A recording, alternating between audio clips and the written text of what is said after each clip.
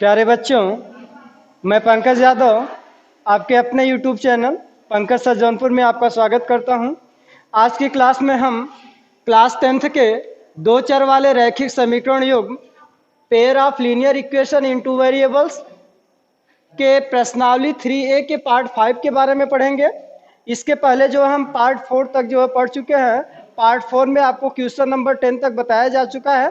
आज के पार्ट में जो है हम क्वेश्चन नंबर 11 से देखेंगे। देखिए क्वेश्चन नंबर 11 क्या है।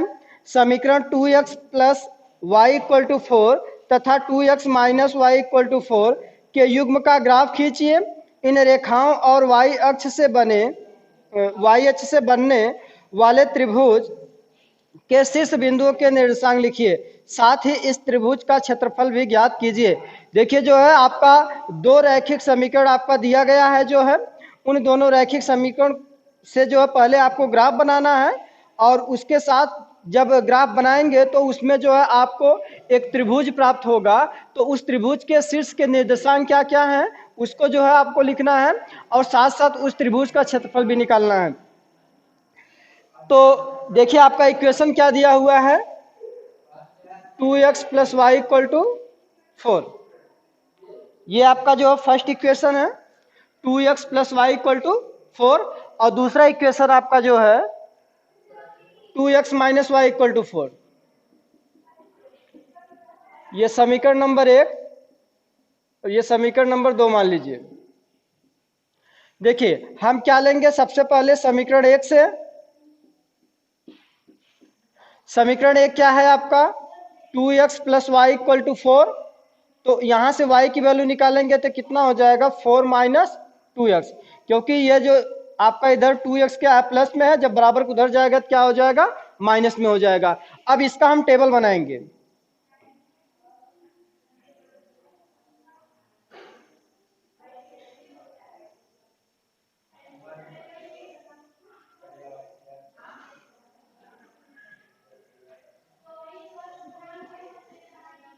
देखिए जब हम टेबल बनाएंगे, टेबल में क्या करेंगे जो है x की वैल्यू रखेंगे तो y की वैल्यू जो है मुझे क्या होगी प्राप्त होगी।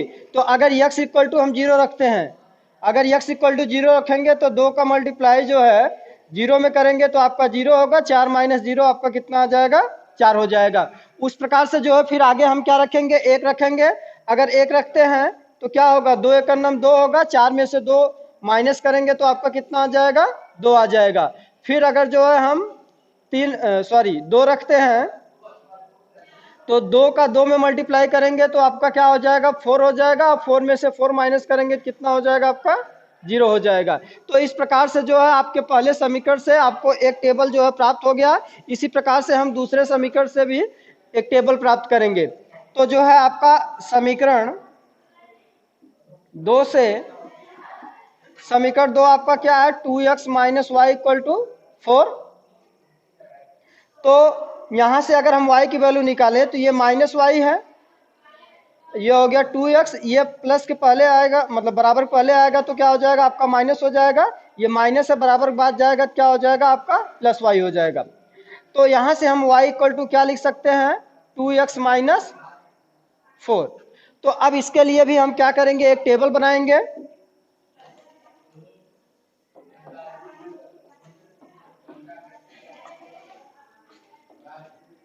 देखिए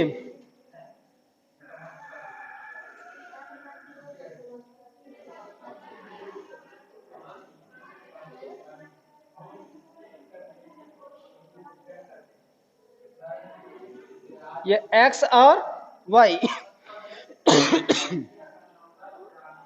देखिए हम यहाँ पे क्या करेंगे x की वैल्यू रखेंगे तो मुझे y की वैल्यू क्या होगी प्राप्त होगी। तो हम x की वैल्यू जो है 0 रखेंगे तो क्या होगा आपका, देखिए x की वैल्यू 0 रखेंगे तो 0 का 2 में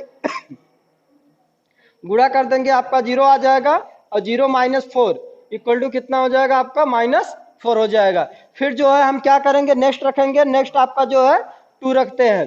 अगर 2 रखेंगे तो आपका क्या होगा, देखिए यहाँ पे 2 रखेंगे 2 2 जा 4, 4 माइनस 4 इक्वल टू क्या हो जाएगा आपका 0 हो जाएगा। फिर जो हम क्या करें 3 रखें।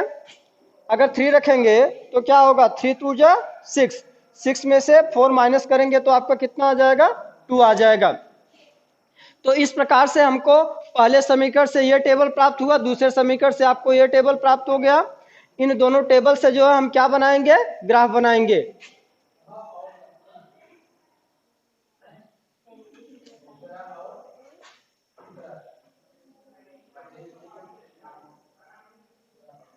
तो ये आपका x अक्ष है, सॉरी ये y अक्ष है आपका, और ये है आपका x अक्ष, और ये y डैश अक्ष, ये आपका x डैश अक्ष। देखिए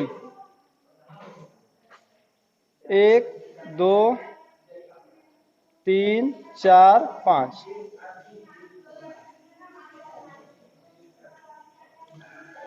1 2 3 4 5, 1 2 3 4 5, 1 2 3 4 5। देखिए जो है पहले टेबल से बनाएंगे, x पे 0 है तो y पे कितना है, 4 है।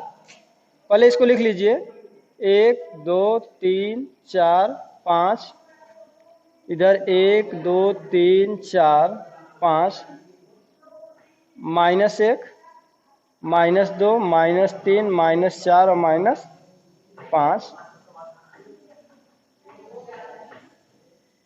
देखिए यहाँ पे जगह नहीं है तो दोनों जो है मान लीजिए कि -1 है, इसका भी और इसका भी, फिर -2 -3 -4 और -5।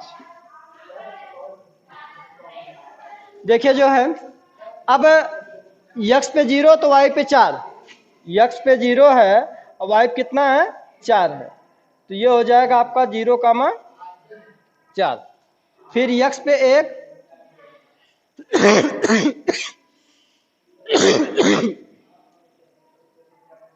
x पे 1 y पे 0, दो, x पे 1 y पे कितना है, 2, तो 1, कितना हो जाएगा, 2। फिर x पे 2 y पे 0, x पे 2 y पे 0 आपका यहाँ हो जाएगा, ये 2, 0 हो जाएगा।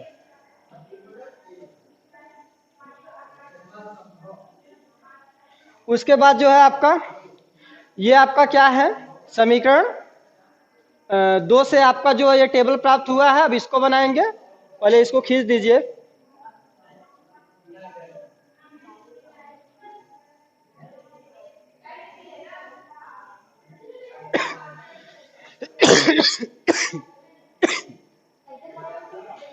अब देखिए ये x पे 0 y पे -4, x पे 0 y पे -4 आपका यहाँ होगा 0, -4। फिर x पे 2 y पे 0, x पे 2 y पे 0 आपका यहाँ होगा, और x पे 3 y पे 2, देखिए x पे 3 और y पे 2 आपका यहाँ पे होगा, तो ये 3, कितना हो जाएगा, 2। अब इसका जो है खींचेंगे,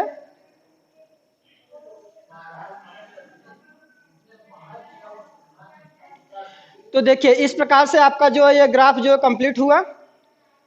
इसमें देखिए इस ग्राफ में आपके जो है 2 त्रिभुज बन रहे हैं। एक त्रिभुज देखिए आपका यहाँ पे बन रहा है और दूसरा वाला त्रिभुज यहाँ पे बन रहा है, और ये दोनों त्रिभुज क्या है, समकोण है। ये दोनों त्रिभुज क्या है, आपके समकोण है। तो क्या होगा, देखिए अगर जो है इस त्रिभुज के शीर्ष को हम जो है ए बी सी मान लें, ए बी सी अगर मान लेते हैं तो ये एक आपका जो है त्रिभुज ए बी सी क्या होगा, एक समकोण त्रिभुज होगा, ठीक है। तो इसी समकोण त्रिभुज का मुझे क्षेत्रफल निकालना है। इसमें लास्ट में आपका यही कहा है कि त्रिभुज का जो है आपको क्या निकालना है, क्षेत्रफल निकालना है। तो आपका क्या होगा, त्रिभुज ए बी सी का क्षेत्रफल, देखिए किसी समकोण त्रिभुज का जो क्षेत्रफल होता है वो क्या होता है आपका 1/2 multiply by Aadhaar multiply by क्या होगा, ऊंचाई होगा। तो इस प्रकार से जो है हम लगाएंगे इसको जो है, तो ये 1/2 आधार गुणे ऊंचाई। देखिए यहाँ पे आपके दो त्रिभुज है, एक त्रिभुज यहाँ पर है, एक त्रिभुज यहाँ पे है, दो त्रिभुज है, तो इसमें हम क्या करेंगे, 2 का मल्टीप्लाई कर देंगे। तो ये क्या हो जाएगा, 2 से 2 आपका कट जाएगा, तो आधार आपको कितना प्राप्त हो गया। देखिए यहाँ से यहाँ तक आधार मतलब आपका यक्स अक्ष पे है, यक्स अक्ष के कोऑर्डिनेट आपके क्या है, 2 है, तो ये 2 हो जाएगा। फिर ऊंचाई जो है यह है, इसके कोऑर्डिनेट कितने हैं, 4 है, मतलब वाई एच पे 4 है, तो ये आपका 4 हो जाएगा। तो 4 2 जा क्या हो जाएगा, 8 वर्ग इकाई। तो इसका मतलब जो है कि आपका जो ये त्रिभुज एबीसी था, इस त्रिभुज का जो क्षेत्रफल जो है मुझे निकालने के लिए कहा था, तो वो त्रिभुज का क्षेत्रफल कितना प्राप्त हो गया, 8 वर्ग इकाई जो है। क्योंकि यहाँ पे मात्रक आपका नहीं दिया हुआ है, इसलिए जो है मात्रक को ही इकाई कहते हैं, तो इसलिए इकाई के रूप में जो है आपको रख दिया गया है। अब हम जो है नेक्स्ट क्वेश्चन देखेंगे, क्वेश्चन नंबर 12। क्वेश्चन नंबर 12 आपका क्या है, इसको देखिए। देखिए क्वेश्चन नंबर 12 है आपका कि के किस मान के लिए निम्नलिखित रैखिक समीकरणों के युग्म का कोई हल नहीं है।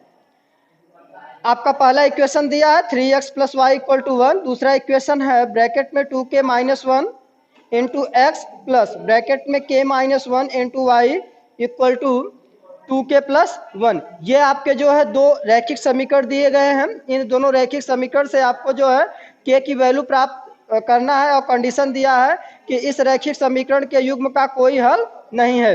देखिए अगर जो है आपका रैखिक समीकरण के कोई हल नहीं है, तो उस समय आपके दोनों रेखाएं जो आपका जो रैखिक समीकरण दिया है उससे जो दोनों रेखाएं बनेंगी वो क्या होनी चाहिए, आपकी समांतर होनी चाहिए। क्योंकि समांतर होने पर जो है उसके हल जो होंगे क्या होंगे, कोई हल नहीं होंगे। तो इसका मतलब क्या हो गया, वो समांतर होंगे, तो समांतर होने का जो कंडीशन है वो क्या है कि a1/a2 = b1/b2 can not equal to c1/c2। तो ये कंडीशन होगा। तो सबसे पहले हम इसको इस इक्वेशन को लिखते हैं। आपका इक्वेशन 3x + y = 1 दिया हुआ है, और दूसरा इक्वेशन आपका ब्रैकेट में 2k - 1 into x plus k - 1 into y equal to 2k + 1 दिया है। तो देखिए ये हो गया आपका 3x + y, ये बराबर के उधर है, पहले लाएंगे तो आपका -1 इक्वल टू क्या हो जाएगा, 0। इसको हम a1x + b1y + c1 equal to 0 से क्या कर देंगे, तुलना कर देंगे।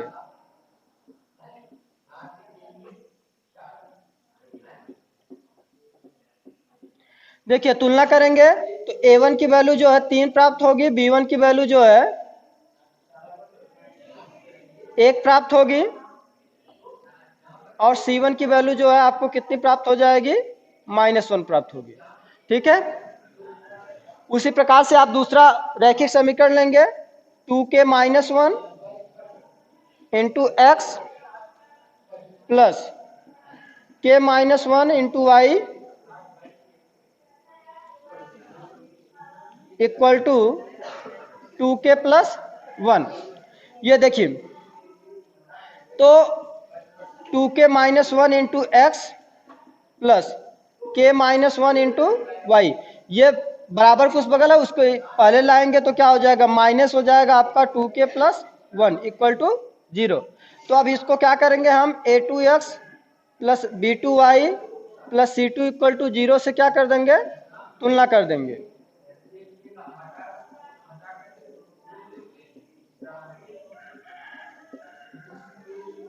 देखिए 0 से तुलना करेंगे तो a2 इक्वल टू क्या आ जाएगा आपका 2k - 1, और b2 इक्वल टू आएगा k - 1, और c2 इक्वल टू आ जाएगा -2k + 1। तो ये मुझे जो है आपको a1 a2 b1 b2 c1 c2 की वैल्यू जो है मुझे प्राप्त हो गई। तो देखिए इसमें जो है आपका जो कंडीशन दिया है कि समीकरण के युग्म का कोई हल नहीं है।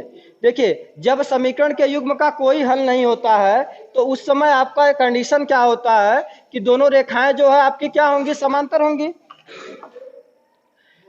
तो यहाँ पे आपका है समीकरण के युग्म का कोई हल नहीं हो तो एक चीज यहां जब भी लिख लीजिएगा, जब समीकरण के युग्म का कोई हल नहीं है तो उस समय आपका कंडीशन क्या होता है, a1/a2 equal to b1/b2 can not equal to होता है c1/c2। ये आपका कंडीशन होता है। तो यहाँ पे बात किया है कि कोई हल नहीं है तो हम क्या करेंगे, जो आपका can not equal to c1/c2 है इसको छोड़ देंगे, क्योंकि जो है मुझे k की वैल्यू प्राप्त करनी है। तो ये क्या हो जाएगा आपका, सिर्फ इतना होगा, ठीक है। a1/a2 इक्वल टू क्या होगा, b1/b2। तो a1 की वैल्यू आपकी 3 है और a2 की वैल्यू कितनी है, 2k माइनस 1 इक्वल टू, और देखिए b1 की वैल्यू आपको 1 है और b2 की वैल्यू कितनी है, k माइनस 1।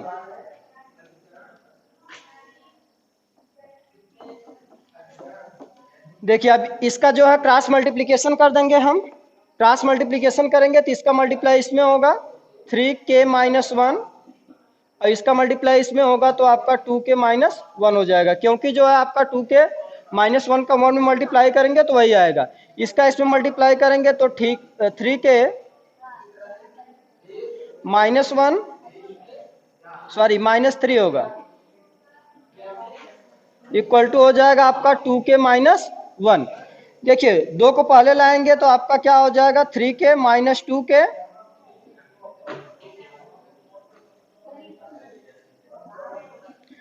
इक्वल टू, ये माइनस से बराबर गुजर जाएगा तो प्लस में हो जाएगा और माइनस कितना हो जाएगा आपका 1 हो जाएगा।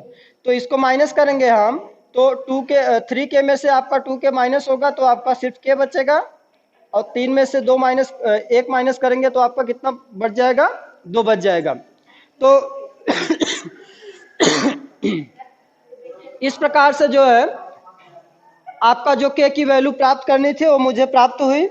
अब हम जो है क्वेश्चन नंबर 13 देखेंगे।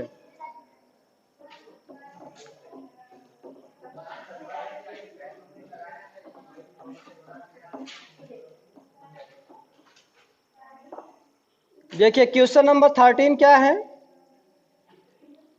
क्वेश्चन नंबर 13 है आपका कि a और b के किन मानों के लिए निम्नलिखित रैखिक समीकरणों के युग्म के अपरिमित रूप से अनेक हल होंगे। जो इक्वेशन दिया है आपका, दो रैखिक समीकरण दिया हुआ है 2x plus 3y equal to 7 और दूसरा दिया है आपका ब्रैकेट में a minus B into x plus a plus B into y equal to 3a plus B minus 2। ये आपके दो रैखिक समीकरण दिए गए हैं 2x plus 3y equal to 7, पहला ये दिया गया है। तो इसको देखिए हम क्या करेंगे, 2x प्लस 3y अगर 7 को पहले लाएं तो आपका माइनस 7 इक्वल टू कितना हो जाएगा, 0 हो जाएगा। तो अब इसको हम क्या करें, a1x plus b1y plus c1 equal to 0 से तुलना कर दें। तुलना करने पर अगर हम तुलना करेंगे तो a1 की वैल्यू आपको कितनी प्राप्त होगी, 2, b1 की वैल्यू जो है आपको 3 प्राप्त होगी और c1 की वैल्यू जो है माइनस 7 प्राप्त होगी। देखिए a1 का क्या हो जाएगा 2, b1 की वैल्यू जो है आपको कितनी प्राप्त हो जाएगी 3 और c1 की वैल्यू माइनस 7 प्राप्त हो जाएगी। अब जो आपका दूसरा रैखिक समीकरण दिया है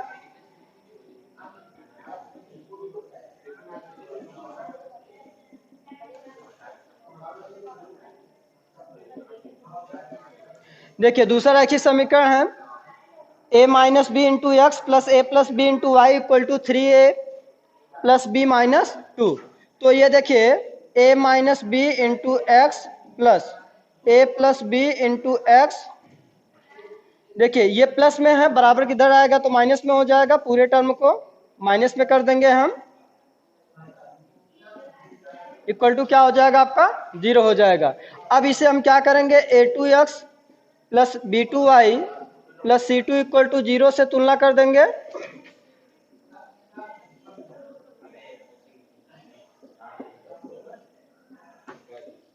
देखिए 0 से तुलना करेंगे तो a2 बराबर कितना आएगा, a माइनस बी, और b2 बराबर आएगा a प्लस बी, और c2 की वैल्यू जो है आपको -3a प्लस बी माइनस 2 प्राप्त हो गई। ठीक है, देखिए a2 की value a minus B, b2 की वैल्यू a प्लस बी, और c2 की वैल्यू जो है -3a प्लस बी माइनस 2। तो जो है अब देखिए यहाँ पे आपके जो कंडीशन है वो क्या है, जब अपरिमित रूप से अनेक हल होंगे। देखिए यहाँ पे कह रहा है कि क्या, अपरिमित रूप से अनेक हल होंगे।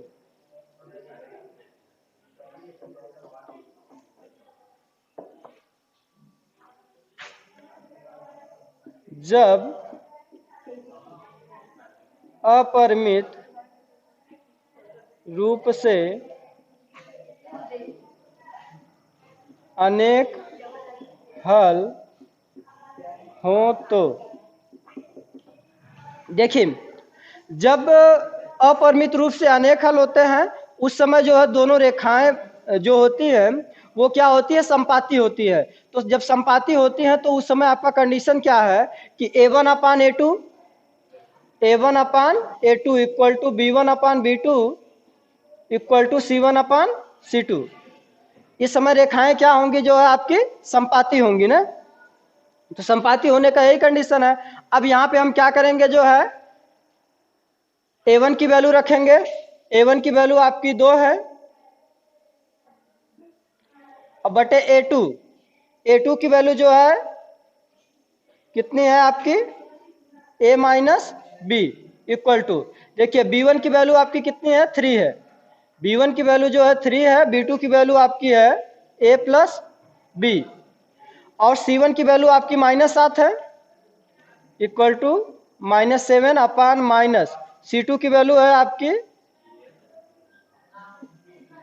3a plus B minus 2। अब जो है यहां से मुझे a और b की वैल्यू प्राप्त करनी है, तो हम क्या करेंगे, इसको फर्स्ट मान लीजिए, इसको सेकंड मान लीजिए, ये थर्ड पार्ट हो गया। तो हम क्या करेंगे, पहले फर्स्ट और थर्ड पार्ट लेंगे, फर्स्ट व थर्ड पार्ट से। देखिए तो फर्स्ट और थर्ड पार्ट से क्या होगा, 2 upon a minus B equal to, देखिए यहां से -7 से माइनस कट जाएगा आपका, तो 7 अपान आएगा सिर्फ 3a प्लस बी माइनस 2। तो देखिए अब क्रॉस मल्टीप्लीकेशन हो जाएगा, इसका इसमें मल्टीप्लाई हो जाएगा, तो आपका 3a plus B minus 2 equal to, इसका इसमें मल्टीप्लाई हो जाएगा तो 7a माइनस बी हो जाएगा। तो ये हो जाएगा आपका 3 दूना 6a प्लस ये आपका 2b, और फिर 2 का 2 में मल्टीप्लाई करेंगे तो आपका 4 आ जाएगा। ये हो जाएगा 7a माइनस 7b।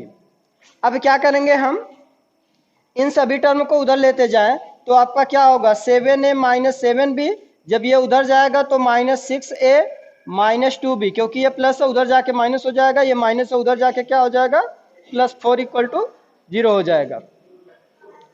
तो आपका क्या होगा, देखिए ये 7a में से 6a घटेगा तो a आपको प्राप्त होगा, और ये -7 भी है और -2 भी है, माइनस माइनस जुड़ जाएगा, 7 2 कितना हो गया 9, आपका -9 भी, और ये प्लस है जब बराबर को उधर जाएगा तो क्या हो जाएगा, -4 हो जाएगा। तो इसको हम जो है इक्वेशन नंबर 1 मान लेते हैं। अब जो है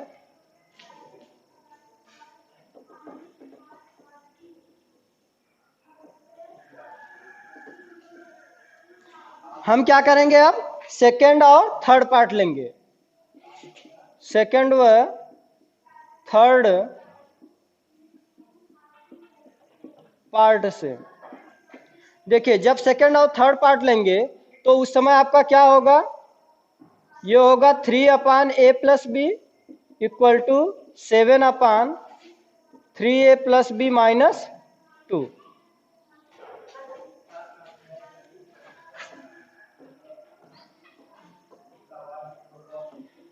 देखिए जो है इसका क्रॉस मल्टीप्लिकेशन होगा, इसका मल्टीप्लाई यहाँ होगा, इसका मल्टीप्लाई यहाँ पे होगा, तो 7 का a+b में हो जाएगा और 3 का इसमें हो जाएगा 3a+b-2। इसका इसमें करेंगे तो 7a+7b और इसका 3 त्रिका 9a प्लस 3b और 3 दूना 6। सबको इधर लाएंगे तो आपका क्या हो जाएगा देखिए ज्यादा आपका ये 9a है तो सबको उधर लेते जाइए, उस साइड ले जाएंगे तो क्या होगा आपका 9a+3b-6 और ये प्लस है उधर जाएगा तो -7a, ये भी प्लस है तो -7 भी हो जाएगा इक्वल टू क्या हो जाएगा आपका 0। तो 9a में से 7a घटाएंगे आपका 2a आएगा और 7b में से जो है आपका 3b जो है घटाएंगे तो आपका क्या आ जाएगा -4b इक्वल टू, ये माइनस है बराबर उधर जाएगा क्या हो जाएगा प्लस में हो जाएगा, मतलब +6 हो जाएगा। ये इक्वेशन नंबर आपका क्या आ गया 2 आ गया। देखिए आपके दो समीकरण प्राप्त हो गए, इन दोनों समीकरण से मुझे क्या करना है a और b की वैल्यू जो है प्राप्त करनी है।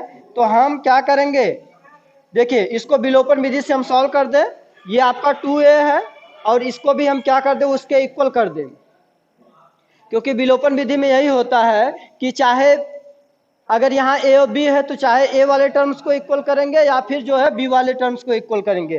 तो अगर हम a वाले टर्म्स को इक्वल करते हैं तो क्या होगा, देखिए इसमें मुझे जो है समीकरण नंबर 1 में जो है ये आपका 2a है और ये जो है a है समीकरण नंबर 1 में, तो इसमें हमको 2 का अगर हम मल्टीप्लाई कर दें तो 2 का मल्टीप्लाई करने के बाद ये भी 2a हो जाएगा, ये भी 2a हो जाएगा, दोनों बराबर हो जाएंगे। फिर दोनों को आप क्या कर देंगे घटा देंगे तो आपको जो है b की वैल्यू प्राप्त होगी। तो सबसे पहले हम क्या करेंगे, समीकरण a में 2 से गुणा करने पर, देखिए इसमें 2 से गुणा करेंगे तो क्या होगा आपका, ये होगा आपका 2a माइनस 2 का आपका 2 का मल्टीप्लाई 9 में होगा तो 18 हो जाएगा 18b और 2 का मल्टीप्लाई -4 में होगा तो 4 2 जा 8 -8 हो जाएगा। तो ये आपका जो है समीकरण नंबर 3 प्राप्त हो गया। अब हम क्या करेंगे कि समीकरण जो है आपका जो है 3 में से क्या कर दें 2 को माइनस कर दें, तो यहाँ पे लिखेंगे समीकरण 3 में से समीकरण 2 को घटाने पर, समीकरण 3 में से समीकरण 2 को घटाने पर, देखिए जब घटाएंगे तो आपका क्या है, समीकरण 3 है आपका 2a minus 18b equal to -8 और 2 है आपका 2a minus 4b equal to 6। Minus करेंगे तो ये प्लस है तो माइनस हो जाएगा, यहाँ प्लस है तो सॉरी माइनस है तो प्लस हो जाएगा, यहाँ प्लस है तो माइनस, ये वाला टर्म्स कैंसिल हो जाएगा। ये देखिए 14 में से सॉरी 18 में से 4 घटाएंगे आपका 14 आएगा तो माइनस आपका 14 भी और ये 8 6 कितना हो जाएगा 14, क्योंकि माइनस माइनस जुड़ जाएगा। तो आपको क्या प्राप्त हो गया, जो b की वैल्यू मुझे प्राप्त हुई वो -14 अपान माइनस क्या हो गया 14, तो ये कैंसिल हो जाएगा। तो b की वैल्यू जो है मुझे कितनी प्राप्त हो जाएगी 1 प्राप्त होगी। तो यही b का मान हम क्या करें समीकरण 1 में रख दें, b का मान समीकरण 1 में